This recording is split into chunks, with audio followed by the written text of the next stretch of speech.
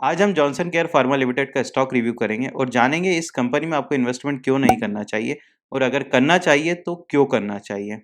Video को शुरू करने से पहले मैं आपसे एक रिक्वेस्ट करना चाहूँगा, हम आगे भी ऐसी ही कई कंपनीज का फंडामेंटल एनालिसिस लेकर आएंगे।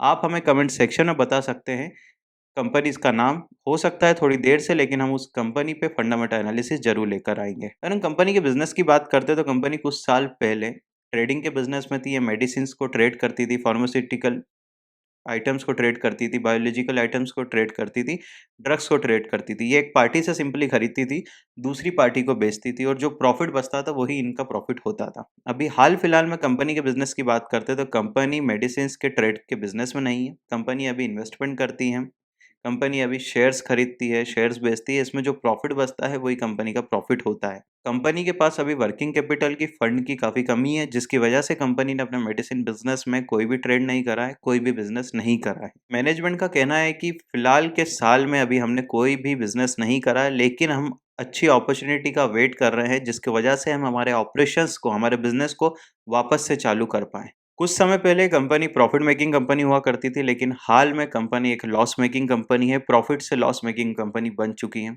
अगर हम होल्डिंग पैटर्न की बात करते हैं तो प्रमोटर्स की होल्डिंग जीरो है, फॉरेन इंस्टीट्यूशन इन्वेस्टर्स की होल्डिंग अगेन जीरो है, म्यूचुअल फंड की होल्डिंग अगेन जीरो है। सिर्फ होल्डिंग इसमें पब्लिक सेक्टर्स की है। पब्लिक में भी आप और मेरे जैसे छोटे रिटेल इंडिविजुअल इन्वेस्टर्स की बात करता हूँ तो अराउंड 17% है। और वहीं पर कुछ कॉरपोरेट बॉडीज है, कुछ अहमदाबाद की कंपनीज है, कोई सूरत की कंपनीज हैं जिन्होंने इस कंपनी में इन्वेस्टमेंट कर रखा है, या कोई कुछ बड़े शेयर होल्डर्स हैं जिन्होंने इस कंपनी में इन्वेस्टमेंट कर रखा है। अगर हम उन सभी की बात करते हैं तो उनका इन्वेस्टमेंट 83% है। अगर हम एनुअल रिपोर्ट 2021 की बात करते हैं तो उसमें मैनेजमेंट ने स्पेसिफाई करा है कि फाइनेंशियल ईयर 2021 में कंपनी ने 11,472 रुपए का मुनाफा दर्ज करा है। अगर हम कंपनी के फिक्स्ड एसेट्स की बात करते हैं जिसमें फैक्ट्रीज आती हैं, वेयर हाउसेज आते हैं, गोडाउन्स आते हैं, ट्रांसपोर्टेशन के लिए व्हीकल आते हैं, तो कंपनी के पास अभी कोई फिक्स्ड एसेट्स नहीं है। कंपनी के पास कोई इन्वेंट्रीज नहीं है, कोई इक्विपमेंट नहीं है। कंपनी के पास अभी सिर्फ फाइनेंशियल एसेट्स है, वो भी इन्वेस्टमेंट के तौर पर है। कंपनी के कुछ पॉजिटिव पॉइंट्स भी हैं। 7 अप्रैल को कंपनी ने बोनस दिया था अपने शेयर होल्डर्स को।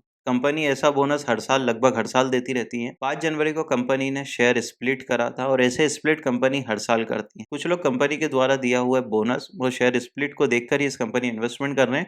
बाकी अगर हम कोर बिजनेस की बात करते हैं तो इस कंपनी में इन्वेस्टमेंट बिल्कुल नहीं करना चाहिए। ये एक पेनी स्टॉक है, हो सकता है ये ₹1 का स्टॉक ₹5 ₹10 हो सकता है, लेकिन चांसेस कम होते हैं। और अगर हो भी जाएगा ₹5 ₹10 तो उतनी ही तेजी से नीचे आएगा। अगर आप लॉन्ग टर्म में इस कंपनी में इन्वेस्टमेंट करना चाहते हैं तो अभी मत करिए।